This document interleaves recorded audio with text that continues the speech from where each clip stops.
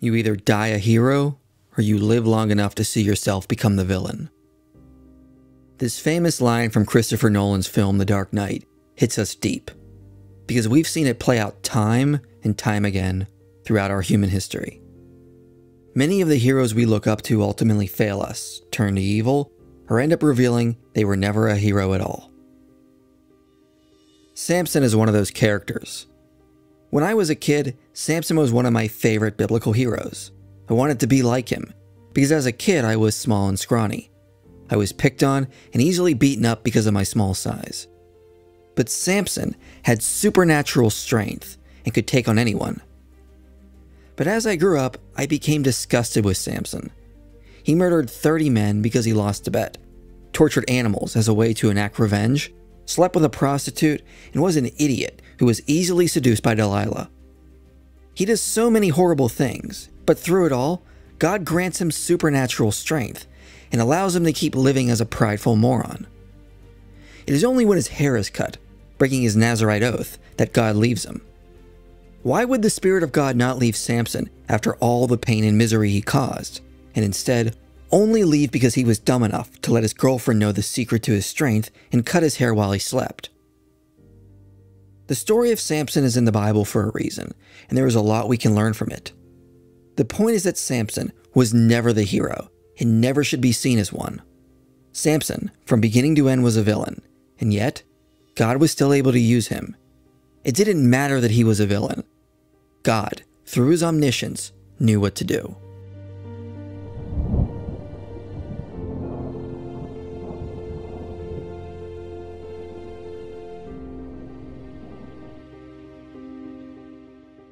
Many people do not know the full story of Samson. But if you go through it, you'll be mortified by what you read. Samson was born at a time when the Philistines oppressed Israel. The angel of the Lord came to a man and his wife of the tribe of Dan, and told them they would bear a son. He would begin to free Israel from the Philistines. She was not to drink any alcohol or eat anything unclean, because this child would be a Nazirite from the womb. A Nazirite vow was typically something an Israelite could voluntarily take, and only for a temporary period of time. They would abstain from alcohol and grapes, stay away from corpses, and refrain from cutting their hair. One could take the oath as an act of thanksgiving or for a special purpose. The point of the vow was to separate yourself for special service to God. It's likely that John the Baptist took a Nazirite vow and went into the wilderness to preach the coming of the gospel. Samson was unique in that he was not given a choice. God ordained it from before his conception as a sign that God would use him to begin to free Israel from the Philistines. But after this, things only go downhill. Samson grows up and decides he wants to marry a daughter of the Philistines. Judges 14 specifically says Samson wanted her because she was right in his eyes. The use of this phrase might echo how numerous times in the book of Judges it records Israel did what was right in their own eyes, implying they acted sinfully and rebelled against God. The allusion here might imply the authors are saying Samson was beginning to live in a sinful manner, instead of living in a way that was right in God's eyes. The scholar Robert Alter also notes the phrase may indicate that Samson never spoke to the woman. She was sexually attractive, and that was enough for Samson. This was an insult to Israel. The one who was supposed to free them from the Philistines is fraternizing with the oppressors. Not only that, but there is no indication his wife was to become an Israelite, since the wedding feast happens with the Philistines and her father retains control over her after the marriage. There is no indication, like it was with Ruth, that this woman left her Philistine identity and joined the people of Israel. However, while this is going on, something peculiar happens that the authors want us to know. Samson is in a vineyard and kills a lion. Then later, he sees there is honey in the corpse and eats of it. Modern readers may not be aware, but Samson has already violated his Nazirite vow. Nazirites are not supposed to go near corpses. But Samson ate honey from the corpse of a lion, thereby violating his vow. This is an important point that we will come back to later. At the wedding feast, Samson in his arrogance proposes a riddle to the Philistines, which he knows they cannot answer. So in order to not lose the bet, the Philistines threaten the wife of Samson, who is still living among them and not with the Israelites. If she does not get the answer, they will burn her and her family alive. But she is successful and gives the answer to the Philistines, which enrages Samson. He calls his wife a heifer and insinuates she was engaging in an affair with them. He then goes to Ashkelon, a Philistine city, kills 30 men, takes their armor so he can pay his gambling debt. All while the Spirit of the Lord rushed upon him. Samson then returns to Israel, and the marriage is seen as annulled. So his wife is given to his best man. But Samson returns later in an attempt to sleep with his wife. Her father refuses because she was remarried, and in his anger, Samson sets loose several foxes with torches tied to their tails in the Philistines' grain fields. The Philistines respond by burning alive Samson's ex-wife and her father. They then demand Israel hand Samson over. Samson is tied up and handed over, but the Spirit of the Lord rushes upon him and he breaks free. Using the jawbone of a donkey, he kills his Philistine captors. However, this is the second time he has come in contact with a corpse, violating his vow. Then Samson goes to Gaza and sleeps with a prostitute. He escapes before the Philistines of Gaza can trap him, and then it is said he loved a woman named Delilah. However, it never says they were married. Like before, the Philistines go to Delilah, and this time they offer to pay her if she can figure out the secret of his power. For a while, Samson lies to her and tells her other ways to remove his power, but after she badgers him relentlessly, he finally caves in and tells her. While he sleeps, the Philistines cut his hair, and it is said the Lord left him at this point. Without God's help, Samson was taken by the Philistines and tortured. His eyes were gouged out, and he was thrown into a prison, but slowly his hair grew back.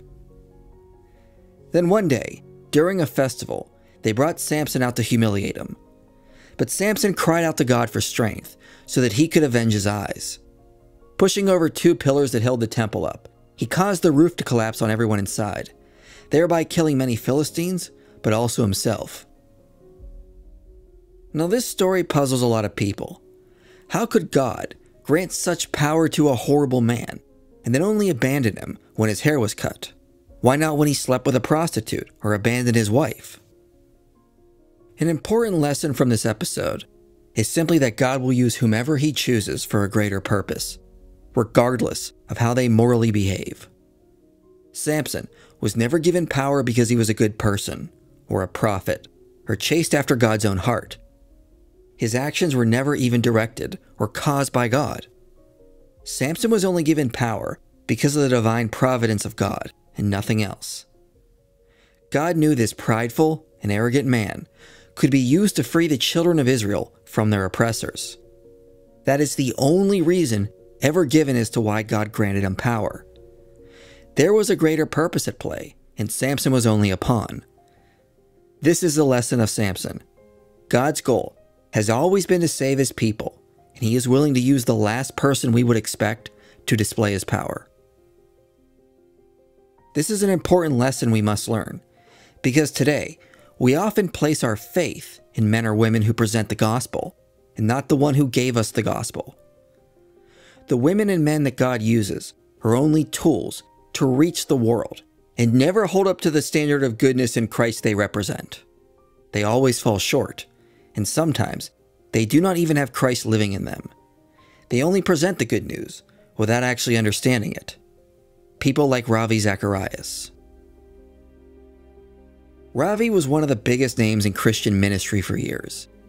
He had one of the largest international ministries, spoke in front of thousands around the world. He was incredibly charismatic and was able to present the gospel in an intellectual way that was captivating and poetic. It was hard to hear the words of Ravi and not be moved. Thousands of people were, and many came to accept Christ solely because of him. And then he died, and we mourned. And then the truth came out. While he lived, traveled, and preached, Ravi abused dozens of women, taking advantage of them sexually. While he was preaching, in the shadows he was shattering the lives of many women. When reports started to come in about how he was abusing women, we didn't believe them. When Lorianne Thompson stepped forward to report what Ravi was doing, she was attacked and insulted. The church failed to hear her because many thought no one who preached like that could ever be engaging in the behavior that Ravi was being accused of. And we were wrong.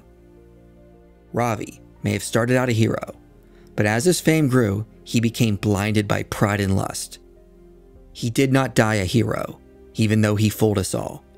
He lived long enough to become the villain. And now, what are the people who came to Christ because of the preaching of Ravi? What sort of testimony is that? That they were led to Christ by a man who sexually and spiritually abused women? Because of what Ravi has done, some have now walked away from Christ. Many people have been left wondering what happened and if any of it was real. The question we as the church have to ask is if our faith and gratitude was in Christ or in Ravi. If you cannot look past Ravi and see the cross as the reason you're saved, then your faith was never in Christ, but in the charisma of a spokesperson. In truth, Ravi didn't save anyone. He merely presented the truth. Christ saved you. Ravi was just a pawn for a greater purpose. I sometimes see testimonies from deconverted Christians. Often they speak of how horrible the Christians were that they grew up around, or how backwards their thinking was, or how oppressive they were, or how hypocritical they were. And so they left, because of the behavior they observed in the church. These ex-Christians often say something like that they could no longer be part of a religion that preaches such hate. But if that is your reason as to why you left Christ, you were never really following him, because he did not let you down. Other people did. Your faith was not in Jesus, but in a religious identity or a community that failed you. Christ lived the life you should have lived, died the death you should have died, and despite all of us being his enemies, he has extended grace and love to us. He has never failed you. Others failed you. And if you walked away from Christ because of what others did, your faith was never in Christ, but in something else. The church has failed multiple times, continues to fail in multiple ways, and will continue to fail to properly represent Christ. I will fail. I will fail to live up to being a good Christian, as I have multiple times in the past. But Christ will never fail you. The work he is doing may not make total sense in the here and now, but often when we are in the dead of night, we cannot see that the dawn is approaching. Often when he is leading us up the mountain, we can only feel the blisters and see the rocks in front of us, while not realizing with every step we are moving closer to the summit, growing into a new person that is more Christ-like. Christ knows the best way to save all who can be, and he will even use those who have rejected him for a greater purpose. When Joseph was sold into slavery, his brothers meant it for evil. But later, after he was raised up in Egypt, he told his brothers, "You meant evil against me, but God meant it for good, to bring it about that many people should be kept alive as they are today." When Joseph was sold as a slave, God's power and wisdom were displayed, because many were saved through that evil act. The Sanhedrin and the Romans meant to crucify the Lord for their own selfish desires. But Christ allowed it to happen, and he used their actions so the Son of Man could rise again, conquering death and saving us all. As St. Paul said, "We know that for those who love God, all things work together for good." God in his omniscience knows how to respond to evil when it occurs, and how to use it for his glory, even if the villain never intended it for that purpose.